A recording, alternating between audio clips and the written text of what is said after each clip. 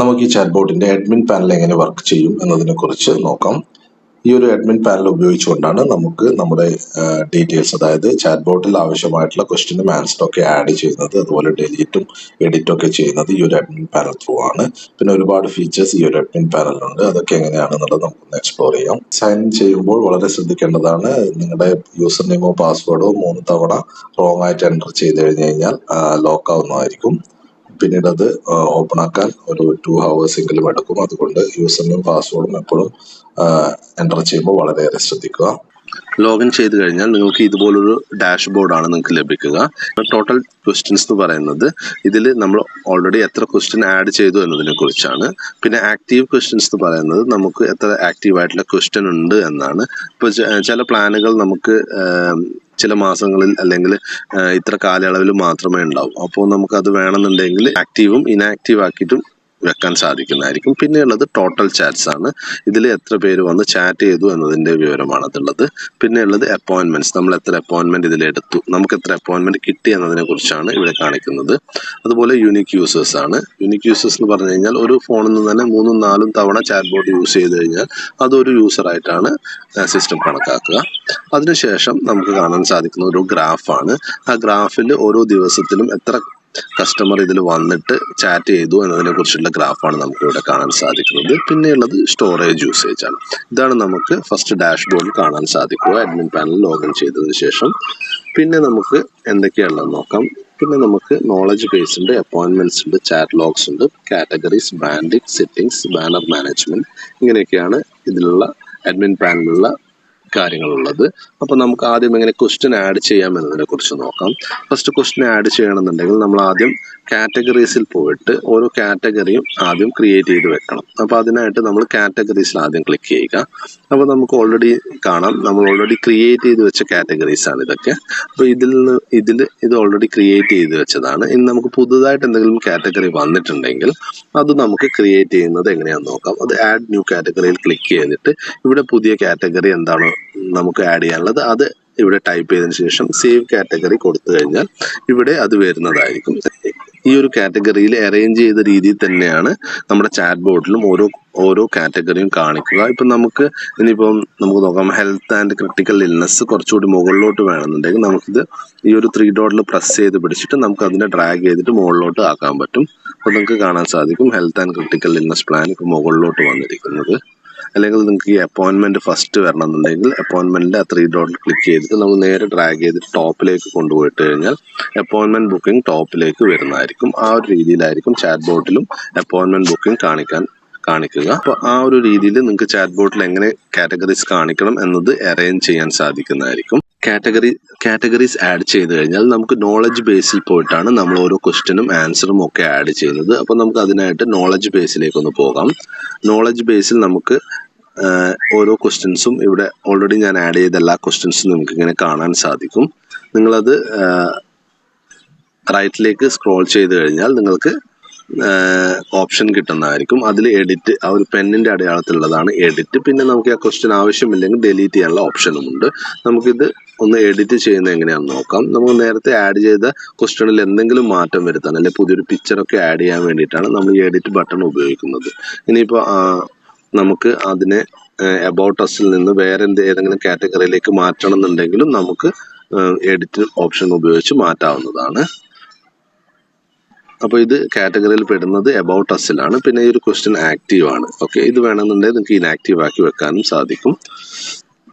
അതിനുശേഷം നമ്മൾ ഇവിടെയാണ് ക്വസ്റ്റ്യൻ ആഡ് ചെയ്യുന്നത്. പിന്നെ നമുക്ക് കാണാൻ സാധിക്കും നമ്മുടെ ആൻസർ ആഡ് ചെയ്യുന്ന ഏരിയ ആണ്. പിന്നെ നമുക്ക് അപ്ലൈ നൗ എന്ന് പറയുന്ന ബട്ടൺ ഉണ്ട്. അതായത് നമ്മളൊരു ക്വസ്റ്റ്യൻ നേരത്തെ ചാറ്റ് ബോർഡിൽ നിങ്ങൾക്ക് കാണാൻ സാധിച്ചിട്ടുണ്ടാവും, ചാറ്റ് കഴിഞ്ഞതിന് ശേഷം അപ്ലൈ നൗ എന്നോ അല്ലെങ്കിൽ നിങ്ങൾക്ക് ഇതിൽ കാണുന്ന ഏത് ബട്ടൺ വേണമെങ്കിലും അവിടെ കൊടുക്കാൻ സാധിക്കുന്നതായിരിക്കും. ഡീഫോൾട്ടായിട്ട് എപ്പോഴും വാട്സപ്പ് ആണ് ഉണ്ടാവുക. ബുക്ക് എ കോൾ എന്ന് വേണമെന്നുണ്ടെങ്കിൽ ബുക്ക് എ കോൾ കൊടുത്തതിന് ശേഷം നമ്മുടെ ഫോൺ നമ്പറാണ് എൻ്റർ ചെയ്ത് കൊടുക്കുന്നതെങ്കിൽ ബട്ടൺ ലിങ്കിൽ ഫോൺ നമ്പർ നമ്മൾ ടൈപ്പ് ചെയ്ത് കൊടുക്കുകയാണെങ്കിൽ നിങ്ങൾക്ക് അതിൽ ക്ലിക്ക് ചെയ്യുമ്പോൾ നിങ്ങളുടെ ഫോണിലേക്ക് കോൾ വരുന്ന രീതിയിലേക്ക് ഇതിനെ മാറ്റാൻ സാധിക്കും. പിന്നെ നമുക്ക് ഈ ഒരു പ്ലാനിനെ കുറിച്ചൊക്കെ പ്രൈസും കാര്യങ്ങളൊക്കെ ഉണ്ടെങ്കിൽ നമുക്കിവിടെ പ്രൈസും കാര്യങ്ങളൊക്കെ എമൗണ്ട് ഇവിടെ ആഡ് ചെയ്ത് കൊടുക്കാവുന്നതാണ്. പിന്നെ ഈ ഒരു പ്ലാനിനെ കുറിച്ച് യൂട്യൂബ് ലിങ്കോ കാര്യങ്ങളോ ഉണ്ടെങ്കിൽ ഇവിടെ ആ യൂട്യൂബ് ലിങ്ക് കൊടുത്തു കഴിഞ്ഞാൽ അതും ചാറ്റ് ബോട്ടിൽ വരുന്നതായിരിക്കും. പിന്നെയുള്ളത് നമുക്കൊരു ഫോട്ടോസ് ഇവിടെ വേണമെങ്കിൽ അറ്റാച്ച് ചെയ്യാം. അതാണ് ഈ ഒരു ഏരിയയിൽ വരുന്നത്. എന്നിട്ട് നമ്മൾ സേവ് ചെയ്ത് കഴിഞ്ഞ് കഴിഞ്ഞാൽ ആ ഒരു ക്വസ്റ്റ്യൻ അവിടെ ആഡ് ആവുന്നതാണ്. അതേ ഫംഗ്ഷൻ തന്നെയാണ് ആഡ് ന്യൂവിൽ വരുന്നത്. ഇവിടെയാണ് നമ്മൾ പുതിയ ക്വസ്റ്റ്യൻസ് ആഡ് ചെയ്യുന്നത്. ഇതൊരു ബ്ലാങ്ക് ആയിട്ടുള്ള പേജ് നിങ്ങൾക്ക് കിട്ടും. അപ്പോൾ നിങ്ങൾ ഇവിടെ പോയി കാറ്റഗറി സെലക്ട് ചെയ്യുക.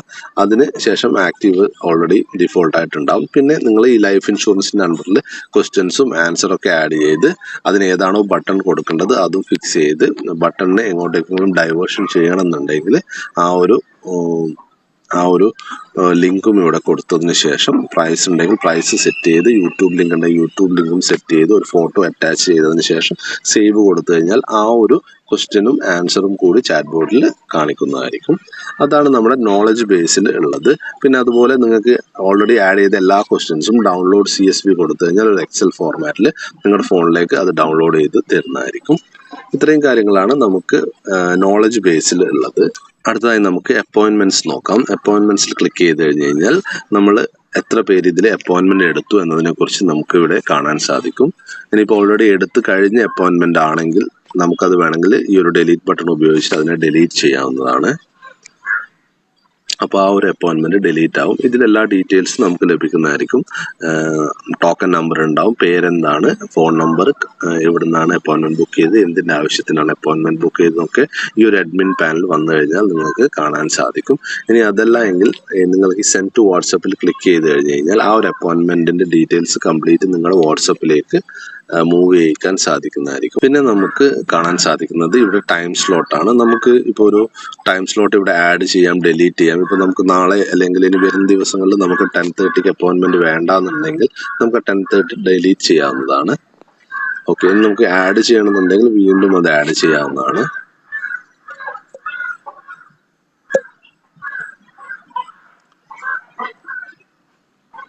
അത് വീണ്ടും ആഡ് ആയിട്ടുണ്ട്, 10:30 ആഡ് ആയിട്ടുണ്ട്. ആ രീതിയിലാണ് നമുക്ക് അപ്പോയിന്റ്മെന്റ് ടൈം സ്ലോട്ടിൽ നമ്മുടെ അപ്പോയിന്റ്മെന്റ് ടൈം അപ്ലോഡ് ചെയ്യാൻ സാധിക്കുന്നത്. ഇത്രയും കാര്യങ്ങളാണ് നമ്മുടെ അപ്പോയിന്റ്മെന്റ്സിലുള്ളത്. അടുത്തതായി നമുക്ക് നോക്കാം ചാറ്റ് ലോഗ്സ്. ഈ ചാറ്റ് ലോഗ്സിലാണ് നമ്മുടെ ചാറ്റ് ബോർഡിൽ കയറി ചാറ്റ് ചെയ്തവരുടെ ഡീറ്റെയിൽസും അവർ എന്തിനെ കുറിച്ചൊക്കെയാണ് ചാറ്റ് ചെയ്തതെന്നുള്ള ഡീറ്റെയിൽസ് ഒക്കെ ഇതിലാണ് ലഭിക്കുക. നിങ്ങൾക്ക് ഇത്രയും കാര്യങ്ങളാണ് അവർ ചാറ്റ് ചെയ്തിരിക്കുന്നത്. ഇനിയിപ്പോൾ നമുക്ക് ആ ഒരു ചാറ്റ് ഇനി വേണ്ടാന്നുണ്ടെങ്കിൽ നമുക്ക് ഡിലീറ്റ് കൊടുത്തു കഴിഞ്ഞ് കഴിഞ്ഞാൽ നമ്മൾ ആ കസ്റ്റമറിനെ കോൺടാക്ട് ചെയ്തു, സെയിൽ ക്ലോസ് ചെയ്ത് കഴിഞ്ഞാൽ നമുക്ക് പിന്നീട് ആ ചാറ്റിന്റെ ആവശ്യം ഇല്ല എന്ന് തോന്നുകയാണ്. നിങ്ങൾക്ക് ഡിലീറ്റ് ബട്ടൺ ഉപയോഗിച്ചിട്ട് അത് ഡിലീറ്റ് ചെയ്യാം. ഇനി അതല്ല എങ്കിൽ നിങ്ങൾക്ക് എക്സ്പോർട്ട് ടു CSV കൊടുത്തിട്ട് നിങ്ങൾക്ക് ആ ഒരു CSV ഫയലായിട്ട് നിങ്ങൾക്ക് അത് സേവ് ചെയ്തിട്ട് നിങ്ങളുടെ സിസ്റ്റത്തിൽ വെക്കാൻ സാധിക്കും, അല്ലെങ്കിൽ മൊബൈലിൽ വെക്കാൻ സാധിക്കും. ഇനി അതെല്ലാം നിങ്ങൾക്ക് ഇനിയിപ്പം ഇന്നലെ മൊത്തം എത്ര പേര് ചാറ്റ് ബോട്ട് യൂസ് ചെയ്തു, എന്തൊക്കെയാണ് ചാറ്റ് ചെയ്തത് എന്നതിനെ കുറിച്ച് അറിയാൻ വേണ്ടിയിട്ട് അത് എത്ര പേര് വന്നു എന്നതിനെ കുറിച്ച് അറിയാൻ വേണ്ടിയിട്ട് നമുക്ക് എക്സ്പോർട്ട് ടു വാട്സപ്പിലേക്ക് കൊടുത്തു കഴിഞ്ഞ് കഴിഞ്ഞാൽ ആരൊക്കെ ചാറ്റ് ചെയ്തു അവരുടെ ഡീറ്റെയിൽസ് നമുക്ക് ഓട്ടോമാറ്റിക്കായിട്ട്, ഇത്രയും പേരാണ് ചാറ്റ് ചെയ്തിരിക്കുന്നത്, അവരുടെ ഡീറ്റെയിൽസ് ഓട്ടോമാറ്റിക്കായിട്ട് നമുക്ക് വാട്സപ്പിലേക്ക് ആ ഒരു ബട്ടൺ ഉപയോഗിച്ച് സെൻഡ് ചെയ്യാവുന്നതാണ്. അതിൽ കാണിക്കുന്നത് പേര്, ഫോൺ നമ്പർ, എവിടുന്നാണ് ചാറ്റ്, ഏതാണ് സ്ഥലം, പിന്നെ ഏത് ടൈമിലാണ് ചാറ്റ് ചെയ്തതെന്നുള്ളത്. ഇതിൽ ചാറ്റ് ഹിസ്റ്ററി ഉണ്ടാവില്ല. ചാറ്റ് ഹിസ്റ്ററി നമ്മൾ അഡ്മിൻ പാനലിൽ നിന്ന് തന്നെ കളക്ട് ചെയ്യേണ്ടതാണ്. അത്രയും കാര്യങ്ങളാണ് നമുക്ക് ഈ ചാറ്റ് ലോഗിൽ ലഭ്യമാകുന്നത്. ഇനി നമുക്ക് നോക്കാം കാറ്റഗറീസ് നമ്മൾ ഓൾറെഡി നോക്കിയതാണ്.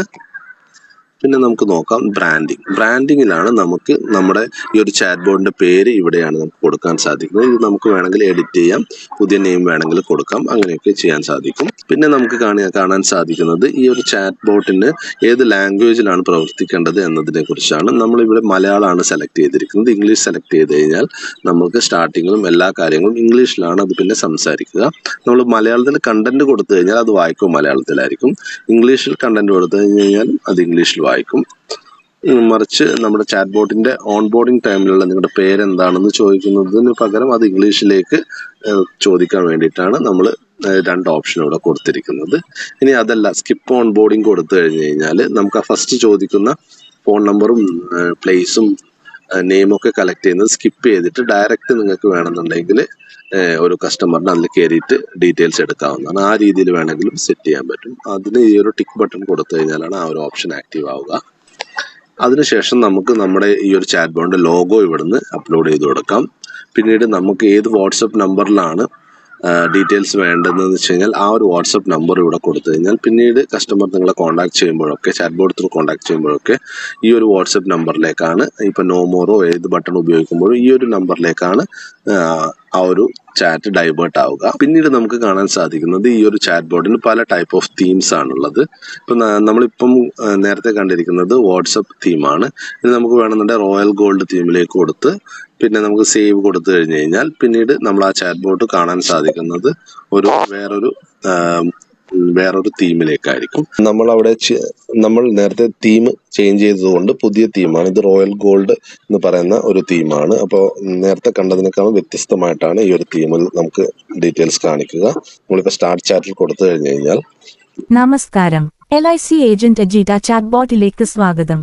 ദയവായി നിങ്ങളുടെ പേര് നൽകുക. അങ്ങനെ ചാറ്റ് ബോട്ടിന്റെ സ്റ്റൈലും പിന്നെ അതുപോലെ തന്നെ അതിന്റെ ലോഗോവും അതിന്റെ കണ്ടന്റ് എന്തിലാണ് കാണിക്കേണ്ടത് അതിനൊക്കെയുള്ള ഡീറ്റെയിൽസ് ആണ് നമുക്ക് ഈ ബ്രാൻഡിങ്ങിൽ കൊടുക്കാൻ സാധിക്കുന്നതും എഡിറ്റ് ചെയ്യാൻ സാധിക്കുന്നതും. പിന്നെ നമുക്ക് സെറ്റിംഗ്സിൽ പോയി കഴിഞ്ഞു കഴിഞ്ഞാൽ നമുക്ക് ഫസ്റ്റ് തന്ന യൂസർ നെയിമും പാസ്വേഡൊക്കെ മാറ്റണം എന്നുണ്ടെങ്കിൽ നമുക്ക് ഇവിടുന്ന് അത് മാറ്റാൻ പറ്റും. അപ്ഡേറ്റ് പാസ്വേഡ് കൊടുക്കാം. പിന്നെ ഈ ചാറ്റ് ബോട്ടിന്റെ URL നമുക്ക് ഇവിടുന്ന് കോപ്പി ചെയ്തിട്ട് എവിടെ വേണമെങ്കിലും നമുക്ക് സെൻഡ് ചെയ്ത് കൊടുക്കാം. പിന്നെ നമുക്ക് കാണാൻ സാധിക്കുന്നത് ഒരു QR കോഡാണ്. ഇത് നമുക്ക് ഡൗൺലോഡ് ചെയ്ത് കഴിഞ്ഞു കഴിഞ്ഞാൽ നിങ്ങൾക്ക് എവിടെ വേണമെങ്കിലും ഈ ഒരു QR കോഡ് യൂസ് ചെയ്യാവുന്നതാണ്. അപ്പോൾ ഇതിൽ സ്കാൻ ചെയ്യുന്നവർക്ക് നിങ്ങളുടെ ചാറ്റ് ബോട്ടിലേക്ക് ഡയറക്റ്റ് ആക്സസ് ലഭിക്കുന്നതായിരിക്കും. ഇതൊക്കെയാണ് നമുക്ക് സെറ്റിംഗ്സിൽ കാണാൻ സാധിക്കുന്നത്. പിന്നീട് നമുക്ക് കാണാൻ സാധിക്കുന്നത് ബാനർ മാനേജ്മെന്റ് ആണ്. ബാനർ മാനേജ്മെന്റ് എന്തെന്ന് വെച്ച് കഴിഞ്ഞാൽ നമുക്ക് എന്തെങ്കിലും പുതിയ ഓഫേഴ്സ് ഒക്കെ റൺ ചെയ്യുന്നുണ്ടെങ്കിൽ നമുക്ക് ഇവിടെ ടോപ്പിൽ കൊടുക്കാൻ സാധിക്കും. ഓക്കെ, നമ്മളിങ്ങനെ ഒരു ബാനർ സെറ്റ് ചെയ്യാണ്. എന്നിട്ട് ഏത് ദിവസം മുതൽ ഏത് ദിവസം വരെയാണ് ഓഫർ റൺ ചെയ്യുന്നത് അതിനെ കുറിച്ചിട്ട് നമുക്ക് ഇവിടെ ആ ഒരു ഡേറ്റ് നമുക്ക് സെറ്റ് ചെയ്യാൻ സാധിക്കും. അതിനുശേഷം സേവ് ബാനർ കൊടുത്തു കഴിഞ്ഞു കഴിഞ്ഞാൽ ചാറ്റ് ബോട്ടിന്റെ സ്റ്റാർട്ടിങ്ങിൽ തന്നെ നമുക്കൊരു ബാനർ പ്രത്യക്ഷപ്പെടുന്നതായിരിക്കും. അത്രയും കാര്യങ്ങളാണ് നമുക്ക് ഈ ഒരു അഡ്മിൻ പാനൽ കാണാൻ സാധിക്കുന്നത്. പിന്നെ നമുക്ക് ഫംഗ്ഷനൊക്കെ ചെയ്ത് കഴിഞ്ഞാൽ നമുക്ക് ലോഗ് ഔട്ട് ചെയ്യാം. നമ്മുടെ ചാറ്റ് ബോട്ട് സംസാരിക്കണ്ട എന്നുള്ള ഒരു ഓപ്ഷൻ എടുക്കണം എന്നുണ്ടെങ്കിൽ നമുക്ക് ഈ ഒരു സ്പീക്കറിന്റെ ബട്ടൺ ക്ലിക്ക് ചെയ്ത് അത് ഓഫ് ചെയ്തിട്ട് കഴിഞ്ഞ് കഴിഞ്ഞാൽ പിന്നീട് നിങ്ങളെ ചാറ്റ് ബോട്ട് സംസാരിക്കില്ല. ജസ്റ്റ് ടൈപ്പ് ചെയ്ത് കാര്യങ്ങൾ പറഞ്ഞു കൊടുക്കുക മാത്രമാണ് ചെയ്യുക. ഇത്രയും കാര്യങ്ങളാണ് നിങ്ങളുടെ അഡ്മിൻ പാനലിൽ ലഭ്യമാകുന്നത്. ഈ ഒരു ചാറ്റ് ബോട്ടിന്റെ അഡ്മിൻ പാനലിനെ കുറിച്ച് എന്തെങ്കിലും ഡൗട്ട് ഉണ്ടെങ്കിൽ എൻ്റെ നമ്പറിൽ ബന്ധപ്പെടാവുന്നതാണ്.